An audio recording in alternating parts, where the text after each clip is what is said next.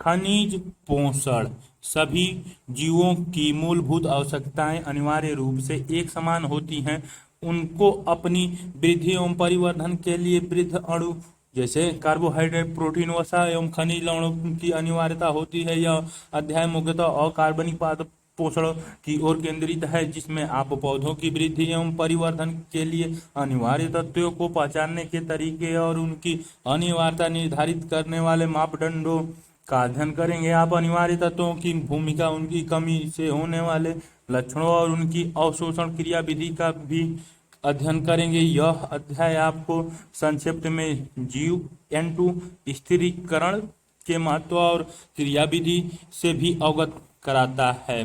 पादपों की खनिज अनिवार्यता के अध्ययन की विधि जूलियस केकस 1860 एक प्रमुख जर्मन पादपविद ने सर्वप्रथम यह प्रदर्शित किया कि पादपों को मृदा की अनुपस्थिति में पोषक विलयन के घोल में वयस्क अवस्था तक उगाया जा सकता है। पादपों को पोषक विलयन के घोल में उगाने की यह तकनीकी जल संवर्धन हाइड्रोपोनिक्स के नाम से जानी जाती है। उसके बाद कई उन्नत विधियां प्रयोग में लाई गईं, जिससे पादपों के लिए खनिज पोषक की अनिवार्यता तय की जा सके। उपरोक्त सभी विधियों के प्रयोग का निष्कर्ष पादपों की मृदा विहीन पोषक विलयन के घोल में उगाना है। इन विधियों में परिशुद्धकृत जल एवं पोषक खनिज की अनिवार्यता होती है। क्या आप समझ सकते हैं कि यह अति अनिवार्य क्यों है? श्रृंखलाबद्ध प्रयोगों के पश्चात जिसके अंतर्गत पादपों की जड़ों को पोषक विलयन में डुबाया गया है और उसके एक तत्व को हटाया और प्रतिस्थापित किया गया तथा तथा विभिन्न सांद्रताओं में दिया गया हो, तो खनिज विलयन मिनरल सॉल्यूशन प्राप्त हुआ जो पादप वृद्धि के लिए उपयुक्त था। इस विधि के द्वारा अनिवार्य तत्वों को पहचाना गया और उनकी कमी से होने वाले लक्षणों की खोज की गई। जल संवर्धन के तकनीकी को सब्जियों जैसे टमाटर, बीज विहीन खीरा और सलाद लेटस के व्यापारिक उत्पाद हेतु सफलतापूर्वक लागू किया गया। यह ध्यान देने योग्य है कि पादप की आदर्श वृद्धि के लिए पोषक विलयन को प्रचुर वायवीय एयर रेटेड रखा जाए। यदि घोल अल्प वायवीय होगा तो क्या होगा? जल संवर्धन तकनीकी को रेखा चित्र 12.1 और 12.2 में दर्शाया गया है। जल और पोषक के मिलाने हेतु कीप, रुई, वार्तन नली पोषक विलयन संवर्धन के लिए एक आदर्श अवस्था का रूप आरेख दिखाया गया है। अनिवार्य खनिज तत्व मृदा में उपस्थित अधिकांश खनिज तत्व जड़ों से पौधों में प्रवेश कर सकते हैं। तथ्यों के अनुसार अभी तक खोजे गए 105 खनिज तत्वों में से 60 से अधिक तत्व विभिन्न पौधों में पाए गए हैं। कुछ पौधों की प्रजातियां सिलीनियम का संग्रह करती है, कुछ गोल्ड का तथा नाभिकीय परीक्षण स्थलों के समीप उगने वाले पौधे रेडियो एक्टिव स्ट्रैनिशियम जम कर लेते हैं। पौधों में खनिज की न्यूनतम सांद्रता 10⁻⁸ ग्राम पर ml को भी पता लगाने की तकनीकी आज उपलब्ध है। प्रश्न यह उठता है कि क्या सभी विभिन्न खनिज तत्वों जो पौधों में पाए जाते हैं, उदाहरण के लिए ऊपर वर्णित स्वर्ण एवं स्ट्रैनिशियम पौधे में वास्तव में पौधे के लिए अनिवार्य हैं? हम यह कैसे निर्धारित करें कि पौधे के लिए अनिवार्य है या नहीं? चित्र 12.2 जल संवर्धन से पौधे का उत्पादन। पौधे थोड़ी अनंत नली या नली में रखा जाते हैं। एक पंप पोषक विलयन को संचालित से उठे हुए भाग तक नली में परिसंचलित करता है। विलयन नली के नीचे जाता है और संचयित तक गुरुत्व के कारण पहुंच जाता है। दी गई व्यवस्था में वे पौधे दिखाए गए हैं जिनके मूल सतत वायवीय पोषक विलयन में डूबा हुआ है। रेखा बहाव गति को दर्शाती है। पोषक विलयन पंप और ये ऊपर आता हुआ दिखाया गया है चित्र में। अनिवार्यता निर्धारण के मापदंड। किसी तत्व की अनिवार्यता के मापदंड निम्नानुसार हैं। तत्व को पादप के की सामान्य वृद्धि और जनन हेतु नितांत आवश्यक आवश्यक होना चाहिए।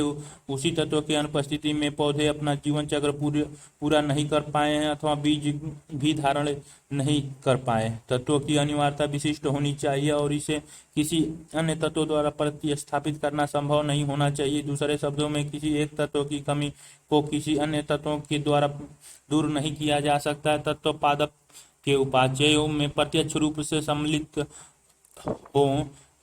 उपरोक्त मापदंडों के आधार पर केवल तत्व कुछ ही तत्व पौधों की वृद्धि के उपापचय के लिए नितांत रूप से अनिवार्य माने गए हैं। उनको आवश्यक आवश्यक मात्रा के आधार पर दो व्यापक श्रेणियों में बांटा गया है: बृहद पोषक, सूक्ष्म पोषक। बृहद पोषकों को सामान्यतः पादप के सूक्ष्म पदार्थ का 1 से 10 मिलीग्राम लीटर की सांद्रता से विद्यमान होना चाहिए। इस श्रेणी में आने वाले तत्व carbon, hydrogen, oxygen, phosphorus, sulphur, potassium, calcium और मैग्नीशियम है। इनमें से कार्बन, हाइड्रोजन तथा ऑक्सीजन मुख्यतः CO2 तथा H2O से प्राप्त होते हैं, जबकि दूसरे मृदा से खनिज के रूप में अवशोषित किए जाते हैं। सूक्ष्म पोषकों तथा लेस मात्रिक तत्वों की अनिवार्यता अत्यंत सूक्ष्म मात्रा में होती है, 0.1 मिलीग्राम पर लीटर शुष्क भार के बराबर या उससे कम। इनके अंतर्गत लौह, मैग्नीज, तांबा, मोलिब्डेनम, जिंक, बोरान, क्लोरीन और निकेल सम्मिलित हैं। उपरोक्त वर्णित 17 अनिवार्य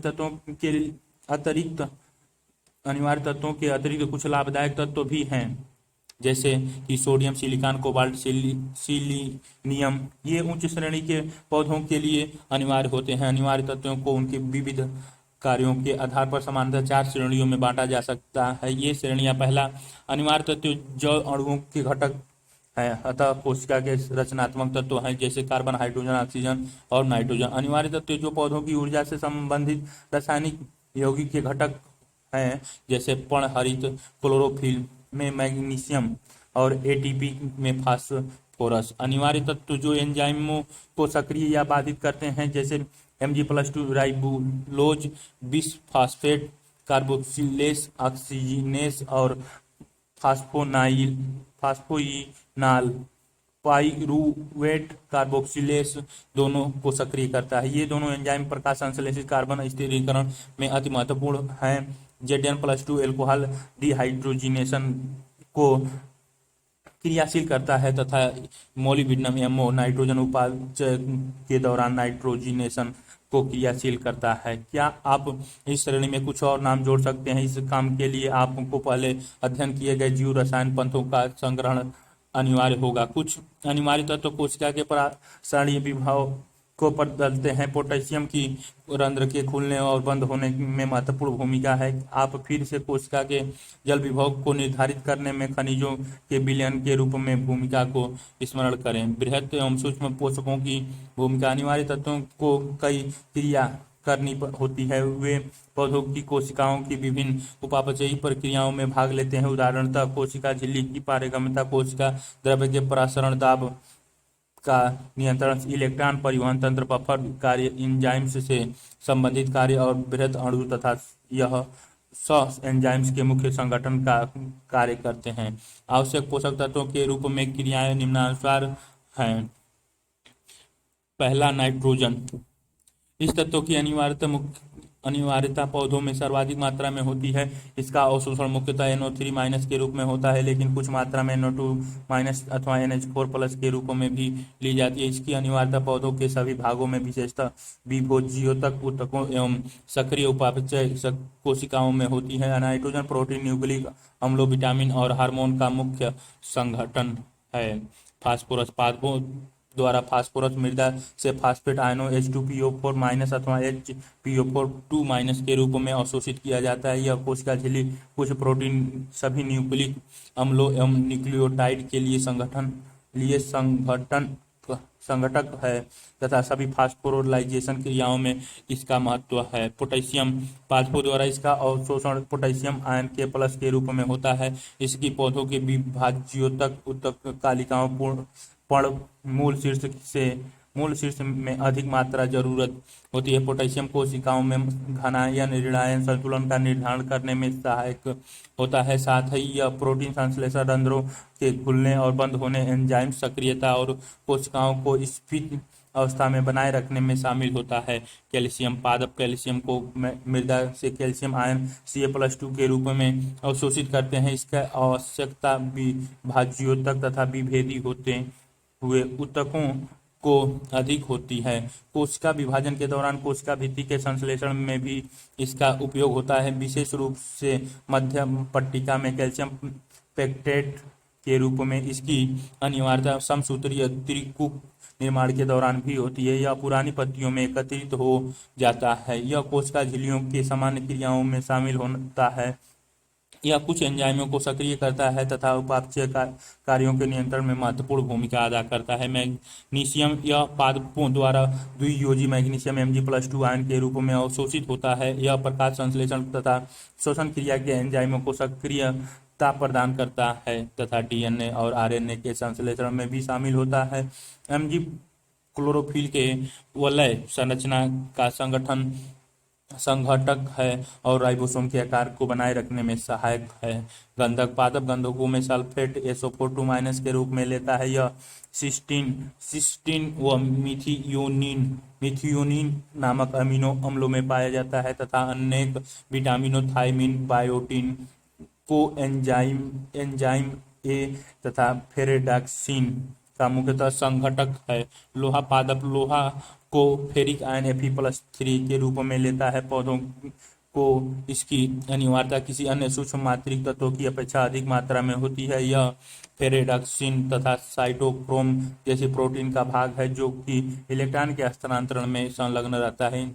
इनका इलेक्ट्रॉन हस्तांतरण के समय Fe+2 से Fe+3 के रूप में विपरीत ऑक्सीकरण होता है। यह केटलेज एंजाइम को सक्रिय कर देता है और पर्णहरित के निर्माण के लिए अनिवार्य होता है। यह मैग्नस आयन Mg+2 के रूप में अवशोषित किया जाता है। यह प्रकाश संश्लेषण, श्वसन तथा नाइट्रोजन उपापचय के अनेक एंजाइम्स को सक्रिय कर देता है। मैग्नीज का प्रमुख कार्य प्रकाश संश्लेषण के दौरान जल के अणुओं को विखंडित कर ऑक्सीजन में उत्सर्जित करना। जिंक पादप जिंक को जिंक Zn+2 आयन के रूप में लेते हैं। यह विविध एंजाइमों को विशेषतः कार्बोक्सिलेज को सक्रिय करता है। इसकी अनिवार्यता ऑक्सीजन संश्लेषण में भी होती है। तांबा यह क्यूप्रिक आयन Cu+2 के रूप में अवशोषित होता है। यह पादपों के समग्र उपापचय के लिए अनिवार्य होता है। लौह की तरह यह भी रेडॉक्स प्रतिक्रिया से जुड़े विशेष एंजाइम के साथ संलग्न रहता है तथा यह भी विपरीत दिशाओं में Cu+ से Cu+2 में ऑक्सीकृत होता है। बोरान यह BO3- अथवा B4O7-2 आयनों के रूप में अवशोषित होता है। इसकी अनिवार्यता Ca+2 को ग्रहण तथा उपयोग करने, झिल्ली की कार्यशीलता व पराग अंकुरण, कोशिका दीर्घीकरण, कोशिका विभेदन एवं कार्बोहाइड्रेट के हस्तांतरण में होती है। मॉलिब्डेनम पादप इसे मॉलिब्डेट आयन MoO2+ के रूप में लेते हैं। यह नाइट्रोजन उपापचय के अनेक एंजाइम्स जैसे कि नाइट्रोजिनेस और नाइट्रेट रिडक्टेज तथा कई अन्य एंजाइमों का घटक है। क्लोरीन इसे क्लोराइड आयन Cl- के रूप में अवशोषित किया जाता है। पोटेशियम K+ तथा सोडियम Na+ के साथ मिलाकर यह कोशिका में विलय की सांद्रता तथा एनाय केटायन संतुलन के निर्धारण करने में सहायता प्रदान करती है। यह प्रकाश संश्लेषण में जल के विखंडन के लिए अनिवार्य है जिसमें ऑक्सीजन का निष्कास होता है। अनिवार्य तत्वों की अपर्याप्तता के लक्षण। अनिवार्य तत्वों की सममितीय आपूर्ति होने पर पादप की वृद्धि अवरुद्ध होती है। अनिवार्य तत्वों की वह सांद्रता जिसमें कम होने पर पादपों की वृद्धि अवरुद्ध होती है वह क्रांतिकीय सांद्रता कहलाती है। इसीलिए क्रांतिक सांद्रता के कम होने पर तत्व भिन्न हो जाता है। प्रत्येक तत्व की पौधों में एक या अधिक विशेष संरचनात्मक और कार्यात्मक भूमिका होती है, अतः उक्त तत्वों की कमी से पादपों में कुछ अकारिकीय बदलाव आते हैं। ये अकारिकीय बदलाव तत्वों के अपर्याप्त को दर्शाते हैं, जिसे अपर्याप्तता संबंधी लक्षण कहते हैं। अपर्याप्त लक्षण तत्वों के अनुसार भिन्न भिन्न होते हैं और पौधों में इस तत्वों की आपूर्ति कराने पर ये लक्षण विलुप्त हो जाते हैं। यदि यह कमी बनी रहे तो अंततः पादप की मृत्यु हो जाती है। पादप के भाग जो अपर्याप्तता के लक्षण दर्शाते हैं उक्त तत्वों की गतिशीलता पर भी निर्भर करते हैं। पादप में जहाँ तत्व सक्रियता से गतिशील रहते हैं तथा तरुण विकासशील ऊतकों में निर्यातित होते हैं, वहाँ अपर्याप्तता के लक्षण पुराने ऊतकों में पहले प्रकट होते हैं। उदाहरण के लिए नाइट्रोजन, पोटेशियम और मैग्नीशियम अपर्याप्तता के लक्षण सर्वप्रथम जीर्यमान पत्तियों में प्रकट होते हैं। पुरानी पत्तियों के जिन जैव अणुओं में ये तत्व होते हैं विखंडित होकर नए पत्तियों तक गतिशील किया जाता है। जब तत्व अति अगतिशील होते हैं और वयस्क अंगों से बाहर अभिगमित नहीं होते तो अपर्याप्तता लक्षण नई पत्तियों में प्रकट होते हैं। उदाहरण के लिए तत्व कैल्शियम कोशिका की संरचनात्मक इकाई का भाग है, अतः ये आसानी से रूपांतरित नहीं होती। पौधों के खनिज पोषण की यह पहलू कृषि और उद्यान विज्ञान के लिए आवश्यक तथा महत्वपूर्ण है। पौधों द्वारा दर्शाए जाने वाले अपर्याप्तता लक्षणों के अंतर्गत क्लोरोसिस, नेक्रोसिस, अवरुद्ध पादप वृद्धि, अपरिपक्व पत्तियों व कलिकाओं का झड़ना और कोशिका विभाजन का रुकना आदि आते हैं। पत्तियों के क्लोरोफिल के हास्य से पीलापन आना क्लोरोसिस कहलाता है। ये लक्षण नाइट्रोजन, पोटेशियम, मैग्नीशियम, सल्फर, लोहा, मैग्नीज, जिंक और मोलिब्डेनम की कमी से होते हैं।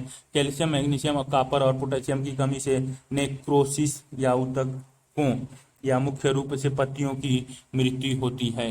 नाइट्रोजन, पोटेशियम, सल्फर तथा मोलिब्डेनम की अनुपस्थिति या उनके निम्न स्तर के कारण कोशिका का विभाजन रुक जाता है। कुछ तत्वों जैसे कि नाइट्रोजन, सल्फर और मोलिब्डेनम की सांद्रता कम होने के कारण पुष्पन में देरी होती है। उपरोक्त विवरण से आप देख सकते हैं कि किस तत्वों की अपर्याप्तता से कई लक्षण प्रकट होते हैं और यहाँ लक्षण एक या विभिन्न तत्वों की अपर्याप्तता से हो सकते हैं। अतः अपर्याप्त तत्वों की पहचान के लिए पौधे के विभिन्न भागों में प्रकट होने वाले लक्षणों का अध्ययन करना पड़ता है और उपलब्ध तथा मान्य तालिका से तुलना करनी होती है।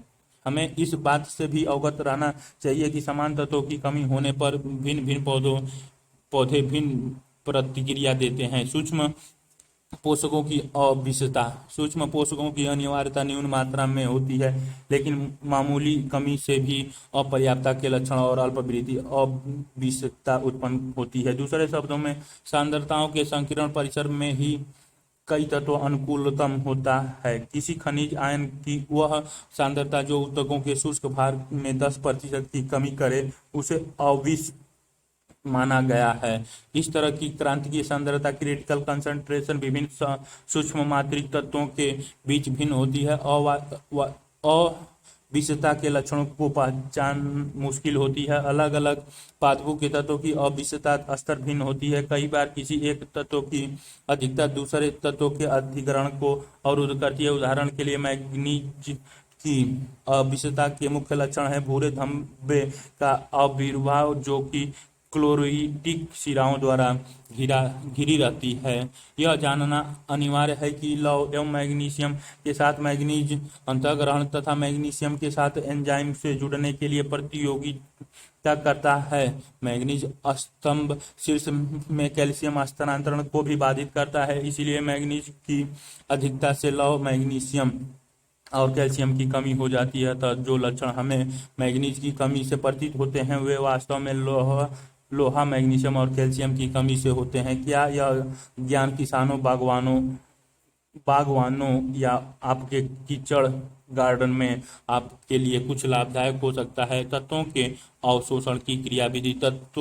पौधे में तत्वों के अवशोषण की क्रियाविधि का अध्ययन अलग कोशिकाओं, ऊतकों तथा अंगों में किया गया है। ये अध्ययन व्यक्त करते हैं कि अवशोषण की प्रक्रिया को दो मुख्य अवस्थाओं में सीमांकित किया जा सकता है। प्रथम अवस्था में कोशिकाओं के मुख्य कोशिकाओं के मुक्त अवस्था अथवा बाह्य स्थान हेपोप्लास्ट में तीव्र गति से आयन का अंतर्ग्रहण होना निष्क्रिय अवशोषण है। दूसरी अवस्था में कोशिकाओं के आंतरिक स्थान सिम्प्लास्ट में आयन धीमी गति से अंतर्ग्रहण किए जाते हैं। एपोप्लास्ट में आयनों की निष्क्रिय गति साधारणतया आयन चैनलों के द्वारा होती है, जो कि ट्रांस झिल्ली प्रोटीन होते हैं और चयनात्मक छिद्रों का कार्य करते हैं। दूसरी तरफ सिम्प्लास्ट में आयनों के प्रवेश और निष्कासन में उपापचयी ऊर्जा की अनिवार्यता होती है। यह एक सक्रिय प्रक्रिया है। आयनों की गति को प्रायः अभिवाह फ्लक्स कहते हैं। कोशिका के अंदर की गति को अंतर्वाह इनफ्लक्स और बाहर की गति को बहिर्वाह इफ्लक्स कहते हैं। आपने यह 11 अध्याय में पढ़ा कि पादपों में खनिज लवण का अंतर्ग्रहण तथा स्थानांतरण कैसे होता है। विलेयों का स्थानांतरण खनिज लवण जाइलम या दारू के माध्यम से जल की आरोही धारा के साथ समूहित किए जाते हैं, जो पादपों में वाष्प उत्सर्जनाकर्षण द्वारा ऊपर खींचते हैं। जाइलम द्रव के विश्लेषण से ज्ञात हुआ है कि इसमें खनिज लवण विद्यमान होते हैं। पादप में रेडियो समस्थानिक रेडियो आइसोटोप के प्रयोग से भी यह प्रमाणित किया गया है कि खनिज तत्व पादपों में दारू के माध्यम से परिवहित किए जाते हैं। आप दारू के माध्यम से जल के परिवहन की चर्चा अध्याय 11 में कर चुके हैं। मृदा अनिवार्य तत्वों के भंडार के रूप में अधिकांशतः खनिज जो कि पौधों की वृद्धि व परिवर्धन के लिए अनिवार्य हैं, वे चट्टानों के टूटने एवं क्षरण से पौधों की जड़ों को उपलब्ध होते हैं। ये प्रक्रियाएं मृदा को विलेय आयनों और अकार्बनिक लवणों से संपन्न होती है। चूंकि ये चट्टानों में उपस्थित खनिजों से प्राप्त होते हैं, इसलिए पादप पोषण में इनकी भूमिका को खनिज पोषण कहा जाता है। मृदा में कई प्रकार के पदार्थ पाए जाते हैं। मृदा केवल खनिज ही उपलब्ध नहीं कराती, बल्कि नाइट्रोजन स्थिरीकरण करने वाले जीवाणु और अन्य सूक्ष्म जीवों को भी संरक्षण देती है। यह जल धारण करती है एवं जड़ों को हवा उपलब्ध कराती है और पौधों को स्थिर करने के लिए आधार प्रदान करती है। चूंकि खनिजों की कमी फसलों की उत्पाद को प्रभावित करती है, अतः कृत्रिम उर्वरकों की अनिवार्यता प्रायः होती है।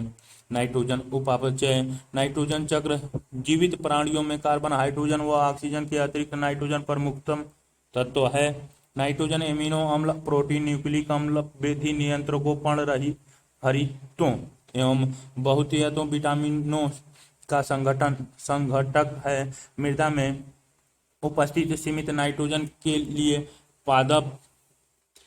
पादप सूक्ष्म जीवों से प्रतिस्पर्धा करते हैं। अतः नाइट्रोजन प्राकृतिक एवं कृषि परितंत्र के लिए नियंत्रक पोषक तत्व है। नाइट्रोजन में 2 नाइट्रोजन परमाणु शक्तिशाली त्रिसंयोजी आबंध से जुड़े रहते हैं। N triple bond N nitrogen N2 के अमोनिया में बदलने की प्रक्रिया में नाइट्रोजन स्थिरीकरण कहते हैं। प्राकृतिक में बिजली चमकने से और पराबैंगनी किरणों द्वारा नाइट्रोजन को नाइट्रोजन ऑक्साइड N2O में बदलने के लिए ऊर्जा प्राप्त होती है। औद्योगिक दहन, जंगल में लगी आग, वाहनों का धुआं तथा बिजली उत्पादक केंद्रों में भी वातावरणीय नाइट्रोजन ऑक्साइड के स्रोत हैं। मृत पादपों व जंतुओं में उपस्थित कार्बनिक नाइट्रोजन का अमोनिया में अपघटन अमोनीकरण कहलाता है। इसमें से कुछ अमोनिया वाष्पीकृत होकर पुनः वायुमंडल में लौट जाती है, लेकिन अधिकांशतः मृदा में उपस्थित सूक्ष्म जीवों द्वारा निम्न अनुसार नाइट्रेट में बदल दी जाती हैं। 2NH3+3O2 से NO2- +2H +2H2O equation first. 2NO2- + O2 तो 2NO3- इक्वेशन थर्ड। अमोनिया पहले नाइट्रोसोमोनस और या नाइट्रोकोसस जीवाणु द्वारा नाइट्राइट में बदल दी जाती है। नाइट्रोवेक्टर जीवाणु की मदद से नाइट्रेट में बदल दिया जाता है। ये प्रतिक्रियाएं नाइट्रीकरण कहलाती हैं। चित्र 12.13 में नाइट्रीफाइंग जीवाणु रसायन पोषी कोस्टुम एट्रोमोटोफोस कहते हैं। पादप इस प्रकार निर्मित नाइट्रेट का अवशोषण कर पत्तियों में भेज देते हैं। पत्तियों में यह अपचयित होकर अमोनिया बनाता है, जो कि अमीनो अम्ल का अमीनो समूह बनाता है। मृदा में उपस्थित नाइट्रेट भी डिनाइट्रीकरण द्वारा नाइट्रोजन में अपचयित हो जाते हैं। डिनाइट्रीकरण प्रक्रिया स्यूडोमोनास एवं थाइबेसिलस जीवाणु उत्पन्न करते हैं। चित्र 12.3 जीन मुख्य नाइट्रोजन निकायों, वायुमंडलीय मृदा और जैव भार से संबंधित संबंध दिखाता हुआ नाइट्रोजन चक्र। ये वायुमंडलीय नाइट्रोजन N2, जैविक स्थिरीकरण N2 से अमोनिया NH3 बनना, औद्योगिक से N2 स्थिरीकरण पे अमोनिया बनना, फिर से विद्युतीय N2 स्थिरीकरण से NO3- बनना, विनाइट्रीकरण से पुनः N2 बन जाना, NH3NO2- से NO3 या फिर से विनाइट्रीकरण से N2, मृदा में N निकाय। सड़ता हुआ जैवभार जो प्राणी जैवभार से निकलता है, अमोनीकरण से बनता है, फिर से पादपों जैवभार से उद्ग्रहण करके बनता है। ये चक्र दिखाई गई है। जैविक नाइट्रोजन स्थिरीकरण। जैविक नाइट्रोजन स्थिरीकरण वायु में प्रचुर मात्रा में उपलब्ध होने पर भी केवल कुछ ही जीव नाइट्रोजन का उपयोग कर पाते हैं। केवल कुछ ही प्रोकैरियोटिक जातियां नाइट्रोजन का स्थिरीकरण कर पाती हैं। जीवित प्राणियों द्वारा नाइट्रोजन का अमोनिया में अपचयन जैविक नाइट्रोजन स्थिरीकरण कहलाता है। नाइट्रोजन अपचयन करने वाला नाइट्रोजिनेशन एंजाइम मात्रा प्रोकैरियोटिक में पाया जाता है। ये सूक्ष्मजीव N2 स्थिरीकरण कहलाते हैं। N ट्रिपल बॉन्ड N से नाइट्रोजिनेशन NH3 में परिवर्तन हो जाता है। नाइट्रोजन स्थिरीकारक सूक्ष्मजीव स्वतंत्र या सहजीवी जीवन यापन करने वाले हो सकते हैं। उदाहरण के लिए स्वतंत्र जीवी नाइट्रोजन स्थिरीकारक अक्सी सूक्ष्मजीव हैं। एजोबैक्टर और बीजरिंकिया, जबकि रोडोस्पाइरिलियम अक्सी और स्वतंत्र जीवी हैं। इसके साथ ही कई नीले हरित जीवाणु जैसे कि एनाबिना नस्टोक भी स्वतंत्र जीवी नाइट्रोजन स्थिरीकारक है। सहजीवी जैविक नाइट्रोजन स्थिरीकरण। आज सहजीवी जैविक नाइट्रोजन स्थिरीकरण के कई प्रकार के संघ ज्ञात हैं। इन सब में प्रमुख लेग्यूम जीवाणु संबंध है। राइजोबियम जीवाणु लेग्यूम, एल्फा स्वीट क्लेवर मीठा मटर, मसूर, उदान मटर, बकला एवं क्लेवर, सेम आदि की जड़ों में है। इस तरह का संबंध बनाते हैं। सबसे सामान्य सहजीवन जड़ों की गांठ के रूप में होता है। ये ग्रंथिकाएं जड़ों पर उभार के रूप में होती हैं। अलेंग्युमिनोस पादप जैसे एलेंगनस की जड़ें को सूक्ष्मजीवी फ्रैंकिया N2 स्थिरीकारक ग्रंथियों उत्पन्न करते हैं।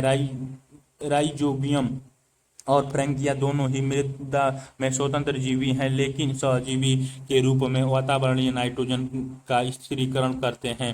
पुष्पन से पहले किसी सामान्य दाल के एक पौधे को जड़ से उखाड़ें, आप जड़ों पर लगभग गोलाकार अतिवृद्धियां देखेंगे। ये ग्रंथियां हैं और यदि आप इन्हें काटेंगे तो पाएंगे कि केंद्र भाग में ये लाल या गुलाबी रंग की हैं। ग्रंथिकाओं को गुलाबी कौन बनाता है? यह रंग लेग हेमोग्लोबिन की वजह से होता है। ग्रंथिका निर्माण मेजबान पौधों की जड़ एवं राइजोबियम की में पारस्परिक प्रक्रिया के कारण होता है। ग्रंथिका निर्माण के प्रमुख चरण इस प्रकार हैं। राइजोबियम बहुगुणित होकर जड़ों के चारों ओर एकत्र हो जाते हैं तथा उप त्वचीय और मूल रोम कोशिकाओं से जुड़ जाते हैं। मूल रोम मुड़ जाते हैं तथा जीवाणु मूल रोम पर आक्रमण करते हैं। एक संक्रमित सूत्र पैदा होते हैं जो जीवाणुओं को जड़ों के कॉर्टेक्स तक ले जाता है, जहां वे ग्रंथिका निर्माण करते हैं। जब जीवाणु सूत्र से मुक्त होकर कोशिकाओं में चले जाते हैं तो विशिष्ट नाइट्रोजन स्थिरीकरण कोशिकाओं के विभेदीकरण का कार्य करते हैं। इस प्रकार ग्रंथिका का निर्माण होता है और मेजबान से पोषक तत्वों के आदान प्रदान के लिए संवहनी बंधक बन जाता करता है। ये घटनाएं चित्र 12.4 में दर्शाई गई हैं। इन ग्रंथिकाओं में नाइट्रोजीनेस एंजाइम एवं हेमोग्लोबिन जैसे सभी जैव रासायनिक संघटक विद्यमान होते हैं। नाइट्रोजीनेस एंजाइम तक मॉलिब्डेनम से एपीप्रोटीन है जो वातावरणीय नाइट्रोजन के अमोनिया में परिवर्तन को उत्प्रेरित करता है। चित्र 12.5 में यह नाइट्रोजन मृदा कण, मूल रोम, जीवाणु, अंकुश, जीवाणु जीवाणु से अंतर्वृष्टि, संक्रमण धागा और परिपक्व ग्रंथिका विभाजन के दौरान आंतरिक कार्टेक्स का परिभ्रम कोशिकाएं। चित्र 12 में सोयाबीन की मूल ग्रंथिका का विकास। और वाले में राइजोबियम जीवाणु सुगराहित मूल रोम में स्पर्श से उसके नजदीक विभाजित होता है। संक्रमण के बाद मूल रोम में संकुचित प्रेरित होता है। संक्रमित धागा जीवाणुओं को भीतर कार्टिकस में ले जाता है। जीवाणु दंड के आकार के जीवाणु सम संरचनाओं में रूपांतरित हो जाते हैं और भीतरी कार्टिकस एवं परिरंभ कोशिकाएं विभाजित होने लगती हैं। कार्टिकल्स एवं परिरंभ की कोशिकाओं का विभाजन एवं वृद्धि ग्रंथि का निर्माण की ओर ले जाती है। समूहनी ऊतकों से पूर्ण एक परिपक्व ग्रंथिका मूल से अवांछित होती हैं। स्थिरीकरण का प्रथम अस्थायी उत्पाद है। इस समीकरण इस प्रकार है: अल्फा क्यूटोग्लूटेरिक अम्ल plus NH4 plus NADPH glutamate dehydrogenation glutamate plus H2O plus NADP nitrogenation enzyme आणविक ऑक्सीजन के प्रति अत्यंत संवेदी होता है। इससे अनावश्यक वातावरण की अनिवार्यता होती है। ग्रंथियों में यह अनुकूलता होती है कि इसके एंजाइम को ऑक्सीजन से बचाया जा सके। इन एंजाइम की सुरक्षा के लिए ग्रंथियों में एक ऑक्सी अपमार्जक होता है जिसे लेग हीमोग्लोबिन LB कहते हैं। यह एक रोचक तथ्य है कि स्वतंत्र जीवी अवस्थाओं में ये सूक्ष्मजीवी ऑक्सी होते हैं जहां नाइट्रोजिनेशन क्रियाशील नहीं होता, लेकिन नाइट्रोजन स्थिरीकरण के दौरान ये अनऑक्सी हो जाते हैं और नाइट्रोजिनेशन एंजाइम की सुरक्षा करते हैं। ऊपर दिए गए समीकरण में आपने देखा होगा कि नाइट्रोजिनेशन के द्वारा अमोनिया संश्लेषण के दौरान अत्यधिक ऊर्जा की अनिवार्यता, क्रियाधार नाइट्रोजन गैस N2 प्रतिफल अमोनिया NH3 NHH उत्पाद का मुख्य दिखाया गया है। इधर enzyme nitrogenation N triple bond N से, फिर से N ट्रिपल बांड N क्रियाधार का बंधन अपचयन से N से H आगे जुड़ते हैं, फिर से अपचयन होता है, फिर से एक और H नीचे वाले एक और H ऊपर 2 H आगे जोड़ते हैं, फिर से अगले अपचयन करके 2 H आगे दोबारा जोड़ते हैं तो स्वतंत्र नाइट्रोजिनेशन से दूसरे N2 अणु के आबद्ध हो सकते हैं। इस तरह NH3 प्रतिफल अमोनिया बनती है जो उत्पाद का मुक्ति होती है। नाइट्रोजिनेशन एक जीवाणुविक एंजाइम कॉम्प्लेक्स है। यह नाइट्रोजन स्थिरीकरण वाले जीवाणुओं में पाया जाता है जो वायुमंडल नाइट्रोजन गैस N2 को अमोनिया NH3 में बदलता है। अमोनिया अपचयित होकर अमीनो अम्ल एवं अन्य नाइट्रोजन युक्त यौगिकों का निर्माण करता है होती है। एक NH3 अणु हेतु 8 ATP इस ऊर्जा की आपूर्ति मेजबान कोशिका के ऑक्सीशोषण से होता है। अमोनिया की नियति अमोनिया की कार्यस्कीय pH पर प्रोटीनीकरण के बाद अमोनिया आयन का निर्माण करता है, जबकि अधिकांशतः पादप नाइट्रेट की तरह अमोनियम का भी स्वर्गीकरण कर सकते हैं, लेकिन अमोनियम आयन पादपों के लिए विषाक्त होते हैं जिसके कारण इनमें एकत्र नहीं हो पाते हैं। आइए देखते हैं कि इस तरह संश्लेषित अमोनियम आयन NH4 प्लस का किस प्रकार से पादपों में अमीनो अम्ल की संश्लेषण हेतु उपयोग होता है। इसके लिए 2 मुख्य क्रियाएं हैं। अपचयित एमीनीकरण, इस प्रक्रिया में अमोनिया कीटोग्लूटेरिक अम्ल के साथ क्रिया करके ग्लूटेमिक अम्ल बनाते हैं, जैसा कि नीचे समीकरण में दिया गया है। अल्फा कीटोग्लूटेरिक अम्ल plus NH4 plus NADPH glutamate dehydrogenation glutamate plus H2O plus NADP पार एमीनन या विपक्ष एमीनन। इसमें अमीनो अम्ल से अमीनो समूह का कीटो अम्ल के कीटो समूह में हस्तांतरण होता है। ग्लूटामिक अम्ल मुख्य अमीनो अम्ल है जिससे अमीनो भाग NH2 स्थानांतरित होता है और दूसरे अमीनो अम्ल का निर्माण विपक्ष एमिनन द्वारा होता है। ट्रांस एमिनेस एंजाइम्स इस तरह की सारी क्रियाओं को उत्प्रेरित करता है। अमीनो दाता NH3+ CR1H C+O+R2C double bond O single bond C+O amino संग्राहक। तो R1C double bond O single bond C+O+R2C single bond NH3+ ऊपर HC+O। पौधे में एस्पेरिजीन एवं ग्लूटेमिन दो अति मुख्य अमाइड पाए जाते हैं जो प्रोटीन के रचनात्मक भाग हैं। ये दो अमीनो अम्ल क्रमशः एस्पेरेटिक अम्ल और ग्लूटामिक अम्ल से प्रत्येक के साथ अमीनो समूह के जोड़ने से बनते हैं। इस प्रक्रिया में अम्ल का हाइड्रॉक्सी भाग NH2 मूलक से विस्थापित हो जाता है। एमाइडस में चूंकि अमीनो अम्ल से ज्यादा नाइट्रोजन पाया जाता है तो ये दारुक वाहिकाओं द्वारा पौधों के अन्य भागों में स्थानांतरित कर दिए जाते हैं। इसके साथ ही कुछ पौधे जैसे सोयाबीन की ग्रंथियां वाष्पोत्सर्जन प्रवाह के साथ स्थिर नाइट्रोजन को यूरेडिस के रूप में भेज देती हैं। इन यौगिकों में भी कार्बन की अपेक्षा नाइट्रोजन का अनुपात अधिक होता है। सारांश पादप अपना अकार्बनिक पोषण वायु जल तथा मृदा से प्राप्त करते हैं। पौधे कई प्रकार के खनिज तत्वों का अवशोषण करते हैं। पौधों को उनके द्वारा अवशोषित सभी प्रकार के खनिज तत्वों का अनिवार्यता नहीं होती है। अब तक खोजे गए 105 में से अधिक तत्वों में से 21 तत्व पादपों की साधारणतः वृद्धि एवं परिवर्धन के लिए अनिवार्य हैं व लाभदायक होते हैं।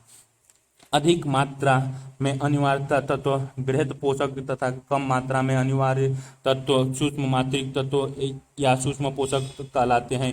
ये तत्व प्रोटीन, कार्बोहाइड्रेट, वसा, न्यूक्लिक अम्ल के अनिवार्य संघटक होते हैं और पौधों की विविध उपापचयी प्रक्रियाओं में भाग लेते हैं। इनमें से किसी एक अनिवार्य तत्वों में कमी में अपर्याप्तता लक्षण प्रकट हो सकती है। अपर्याप्तता संबंधी लक्षणों में क्लोरोसिस, नेक्रासिस, अवरुद्ध वृद्धि, अयुग्मिक विभाजन आदि मुख्य हैं। पादप इन खनिजों को सक्रिय एवं निष्क्रिय अवशोषण विधि द्वारा ग्रहण करते हैं। ये दारू ऊतकों द्वारा जल परिवहन के साथ पौधों के विभिन्न भागों में पहुंचाए जाते हैं। नाइट्रोजन जीवन के अस्तित्व के लिए अति अनिवार्य है। पौधे वातावरणीय नाइट्रोजन का उपयोग प्रत्यक्ष नहीं कर पाते हैं, लेकिन कुछ पादप मुख्यतः लेग्यूम की जड़ें वातावरणीय N2 को जैविक उपयोगी रूप में बदल देते हैं। नाइट्रोजन स्थिरीकरण के दौरान शक्तिशाली अपचायक और ATP के रूप में ऊर्जा की अनिवार्यता होती है। नाइट्रोजन स्थिरीकरण सूक्ष्म जीवों मुख्यतः राइजोबियम से होता है। एंजाइम डीनाइट्रोजीनेस जो कि जैविक N2 स्थिरीकरण में मुख्य भूमिका निभाता है, ऑक्सीजन के प्रति अत्यंत संवेदी होता है। अधिकांशतः प्रक्रियाएं अनाक्सीय वातावरण में होती हैं। ऊर्जा ATP की अनिवार्यता की आपूर्ति पोषक कोशिकाओं के ऑक्सी शोषण से होती है। नाइट्रोजन स्थिरीकरण के दौरान निर्मित अमोनिया अमीनो अम्ल में अमीनो समूह के रूप में सम्मिलित हो जाते हैं।